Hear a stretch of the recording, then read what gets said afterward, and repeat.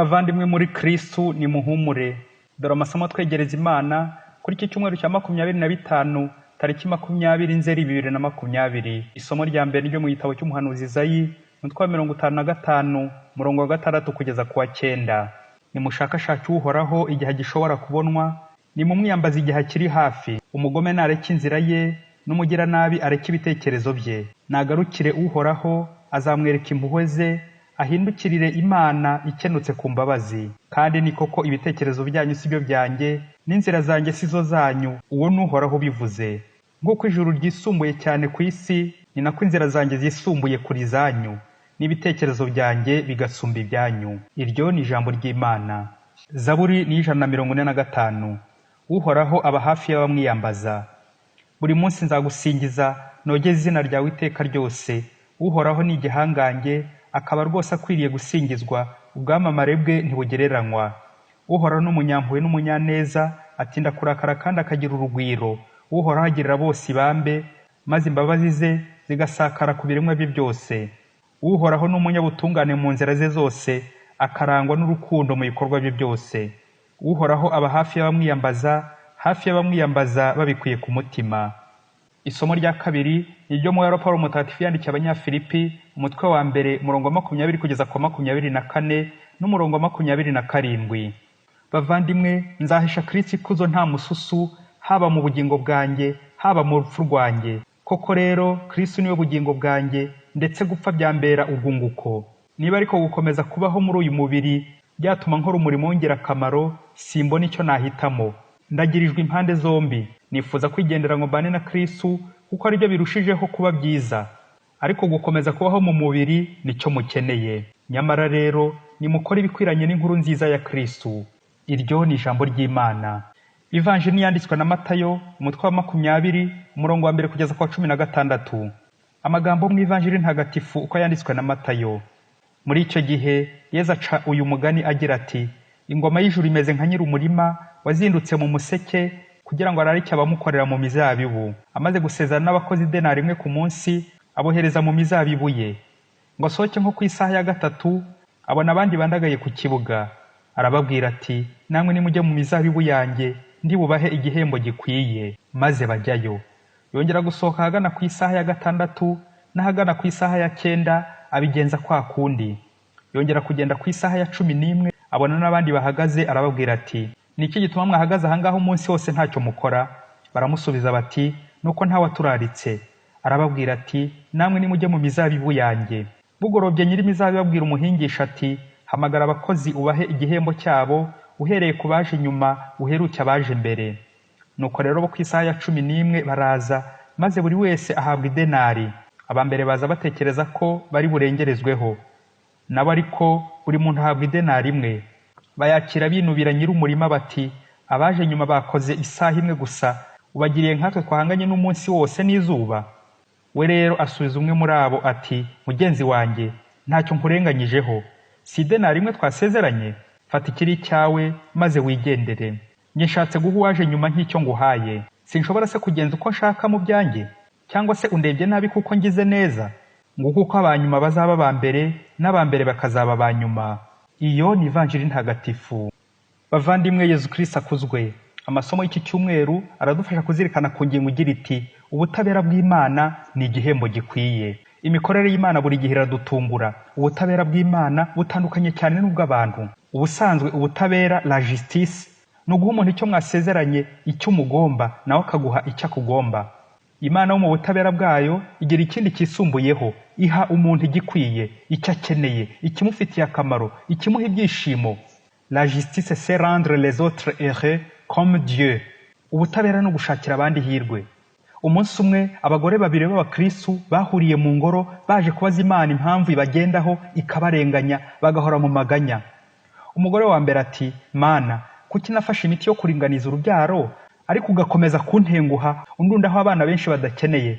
Wajya no kumpukampa abakobwa gusa, basi ntunanshiremo agahungu. Ubwo saba abana nimbica, cyangwa nkajya nkuramo inda zitateganyijwe, nibwo bizagushimisha? Mana, wandenganuye ukandeka sinzongere kubyara. Nukundi mugore wa kabiri nawe arasenga agira ati: Mana, kuki wangenzeho ukampa ibisebo gusa, ukanyima urubyaro, habe n'akana na kamwe wampaye kandi ari wo batanga? Mana wandengana ukampa nanjye umwana nkamera nk'abandi. Mubyeyi, ko Imana yumva amasengesho y'abantu kandi ikabasubiza, uri Imana waheraho usubiza aba bagore bababaye kandi bavuga ko barenganye. Nuko mbere yo gusubira mu ngo zabo, Imana ihera ku wanyuma iti, nimuhitishamo hagati y'umwana n'ijuru, arihuta ahitemo umwana, reka nze muhitiremo icyiza.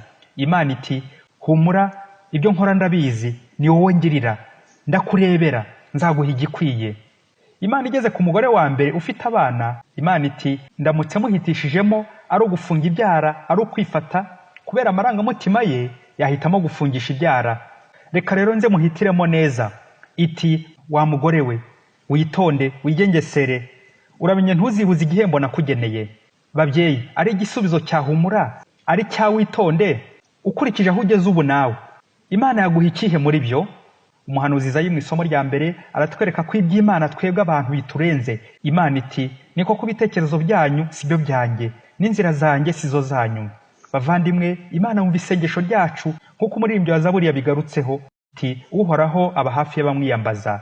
Turasabwa rero buri gihe gukora ugushaka kw'Imana, tukamenya ko Imana itumenyera igikwiye, kuko Pawulo mutagatifu yabituburiye mu isomo rya kabiri ati, nyamara rero nimukore ibikwiranye n'inkuru nziza ya Kristo. Bavandimwe, akenshi abantu tuza dutakira Imana ngo turashize, ngo Imana iraturenganya, tukibagirwa ko Imana idusaba gukora neza, ibindi bijyanye n'ibihembo akaba ari yo ibitugenera. Icyo Imana ihemba ni igikwiye, nk'uko twabizirikanye mu ivanjiri ya none. Ubu butabera bw'Imana bushushanya nyir'umurima urarika abamukorera mu mizabibu ye, bagasezerana idenari imwe ku munsi bose, ariko ku masaha atandukanye mu byiciro bitanu: mu museke, saa 3, saa 6, saa 9 na saa 11. Uko nyir'umurima yagendaga bararika ati, namwe nimujye mu mizabibu yanjye, ndi bubahe igihembo gikwiye. Uyu mugani w'umuzabibu uratwigisha ibintu byinshi, ariko reka tubihinire mu bintu bitanu.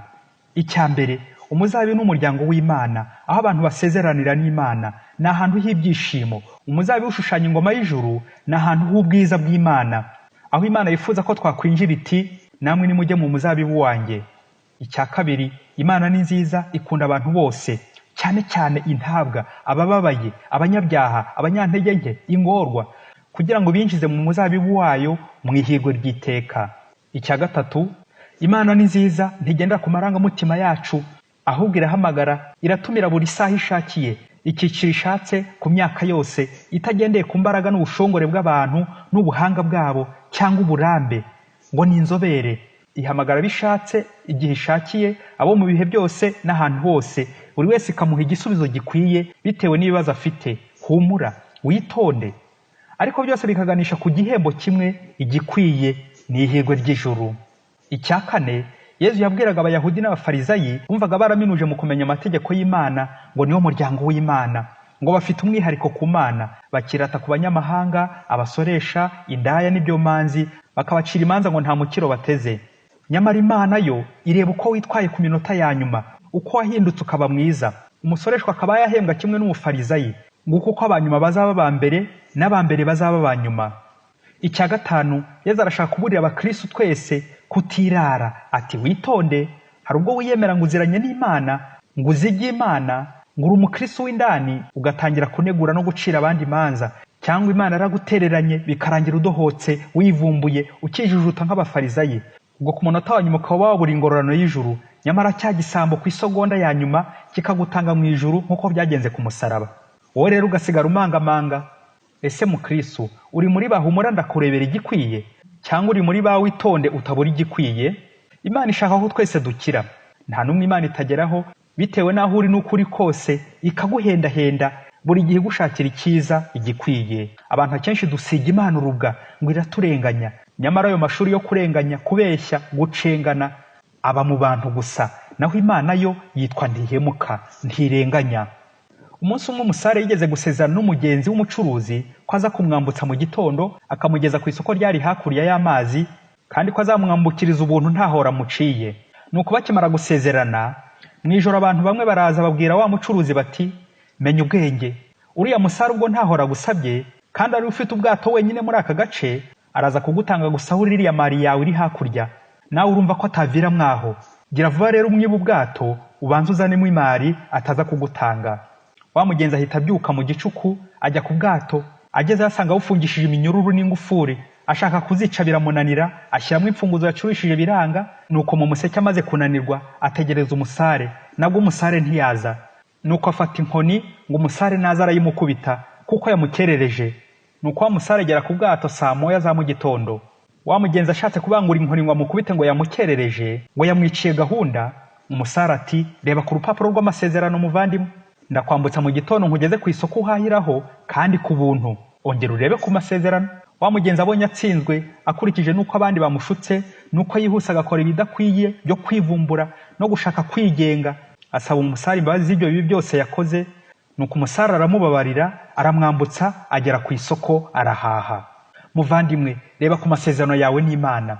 Mwumvikanye iki n'Imana? Kuki se ushaka kuyica inyuma ngo yagutindiye? Kuki Imana igusezeranya kukwambutsa ku buntu bwayo, wowe ugashidikanya, ukiheba, ukirara, ntiwizere, ukagira ngo iragusaba ihoro nk'abantu b'isi basoresha kugeza ku isenge rya nyuma cyangwa ku mboga z'imbwija? Tegereza, hari igihe gikwiye Imana izatwambutsa itugeze mu ijuru ku buntu bwayo. Witonde, wirinde kwivumbura no kwijujuta no gushukwa n'iby'isi. Umuhanga ati, Dieu n'est jamais en retard, c'est l'homme qui est impatient. Imana ntikerererwa, ahubwo umuntu niwe ubura kwihangana agatangira kwijujuta, akivumbura, akarakara.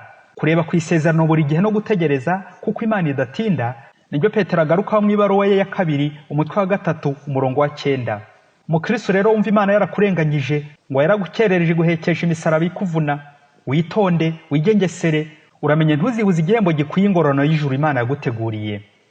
Mukristo uri mu kaga, agahinda, kubura urubyaro, uburwayi bwaburiwe umuti, ibibazo byaburiwe ibisubizo, humura, ntuzadohoke, Imana irakurebera, izaguha igikwiye. Twese dukore neza. Dieu n'est jamais en retard, c'est l'homme qui est impatient. Imana ntikerererwa, ntisiba kutugira neza. Igihembo gikwiye ya denari imwe ni ubwami bw'ijuru. Turikorere, tuzarijyamo. Twaremeye kuzajya mu ijuru, niho twese tuzishima iteka. Mugire icyumweru cyiza. Padiri Masumbuko Ladisirasi wa Diyoseze ya Cyangugu.